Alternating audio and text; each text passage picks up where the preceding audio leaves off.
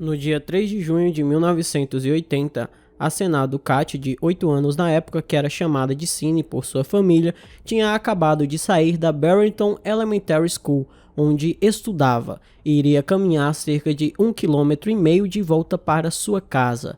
Ela saiu da escola um pouco mais tarde que o normal, já que as suas aulas haviam sido aumentadas em 10 minutos, como punição pela bagunça da turma durante as aulas daquele dia. A Senna também optou por fazer a viagem a pé, ao invés de fazer o trajeto com sua bicicleta, como normalmente faria, pois ela reclamou com Marta, sua mãe, naquela manhã, que o assento a estava machucando. A caminhada deveria ter levado apenas 30 minutos, mas a Senna nunca chegou em casa. Sua mãe, ao notar a demora da filha, alarmou seus familiares, que se juntaram à polícia e outros membros da comunidade para procurarem a menina. No entanto, por volta das 19 horas e 30 minutos daquela noite, a polícia de Upper Arlington fez uma descoberta devastadora. O corpo de Senna foi encontrado no terreno de uma extensa comunidade de aposentados que ficava a poucos quarteirões de sua casa. Ela havia sido golpeada com uma pedra e jogada em um riacho raso, à boca de um bueiro. Esse crime terrível marcou a história dessa comunidade e levou cerca de 40 anos até ter uma conclusão. Então, se você se interessa por esse tipo de conteúdo, eu peço desde já que deixe aí o seu gostei e se inscreva no meu canal. E se quiser, me siga no meu Instagram, que é esse aqui que aparece na tela. Então, dados os recados, vamos pro caso.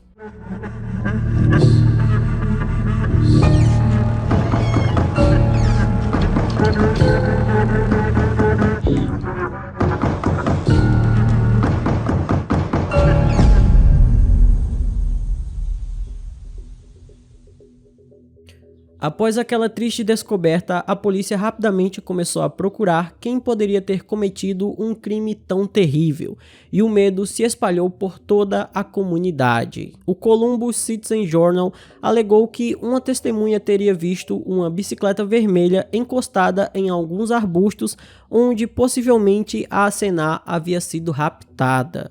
Enquanto isso, outras pessoas da comunidade tentavam se lembrar de qualquer detalhe que pudesse ajudar nas investigações. E obviamente, com o esforço coletivo de todas as pessoas, não demorou muito para que algumas evidências viessem à tona. Foi descoberto que no dia 7 de maio de 1980, apenas um mês antes do ataque contra a Senna, uma menina de 9 anos também havia sido atacada a uma curta distância de onde o ataque contra a Senna aconteceu.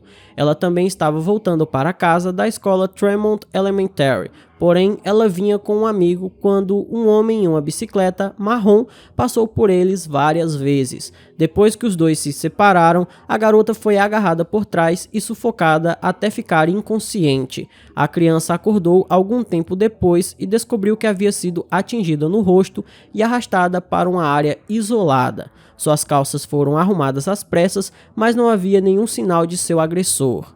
E algum tempo depois do caso contra a Senna, uma jovem também quase foi raptada na mesma região.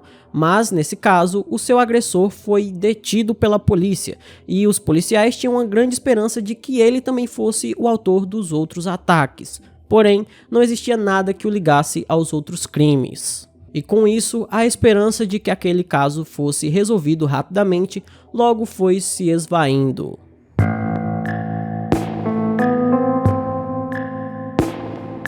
Os anos começaram a se passar e o caso de Senna lentamente esfriou. Os investigadores nunca desistiram de achar uma conclusão e entrevistaram mais de 1000 testemunhas e quase 600 suspeitos ao longo das 4 décadas desde o crime. Havia algumas evidências que devem ter atormentado os detetives durante todo esse período, incluindo um pente vermelho que o site The Long Walk Home detalhou como sendo encontrado na vila de aposentados no dia do caso.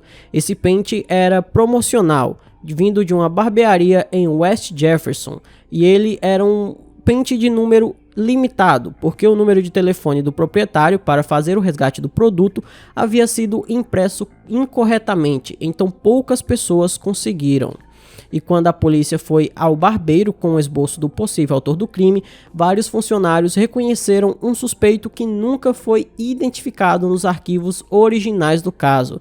E mais uma vez, não haviam evidências físicas para ligar o suspeito à cena do crime, e os investigadores voltaram para casa de mãos vazias. Haviam também algumas declarações de testemunhas oculares, incluindo uma pessoa que dizia que viu um homem carregando uma garotinha. Essa testemunha também teria visto uma bicicleta vermelha no momento, porém ela alegou posteriormente que certamente aquele homem era o pai ou o irmão da garotinha, já que estava acalentando ela e não raptando. Eu acho que muitos de vocês que estão me assistindo agora devem saber que no ano de 1980 o DNA não era usado como prova criminal, até porque esse tipo de exame não era tão avançado quanto é hoje em dia. Mas, hoje em dia, ele é muito usado para resolverem crimes, e foi isso que aconteceu nesse caso. No ano de 2008, após analisarem o DNA que foi isolado da cena do crime, o suspeito finalmente foi encontrado e o caso concluído. O sargento Brian McKean disse em um comunicado oficial que um homem chamado Brent Strutner era o culpado pelo crime. Porém, o Brent havia tirado a própria vida em junho de 1984, aos 24 anos de idade. Mesmo que eles tenham descoberto o autor do crime, ele não seria punido, pois já estava sem vida. Brent era suspeito desde o momento em que o caso aconteceu, devido a ele corresponder ao perfil criado por testemunhas e também por seu comportamento muito estranho na noite do crime. De acordo com artigos de jornais da época, ele estava chorando em um bar no dia 3 de junho de 1980 e dizia a amigos que estava com medo de ir para casa, pois tinha pessoas atrás dele. Ele também havia sido visto na área do rapto e correspondia a uma descrição fornecida pela menina que havia sido atacada um mês antes de acenar, e para completar, ele tinha uma bicicleta vermelha que abandonou logo após o caso.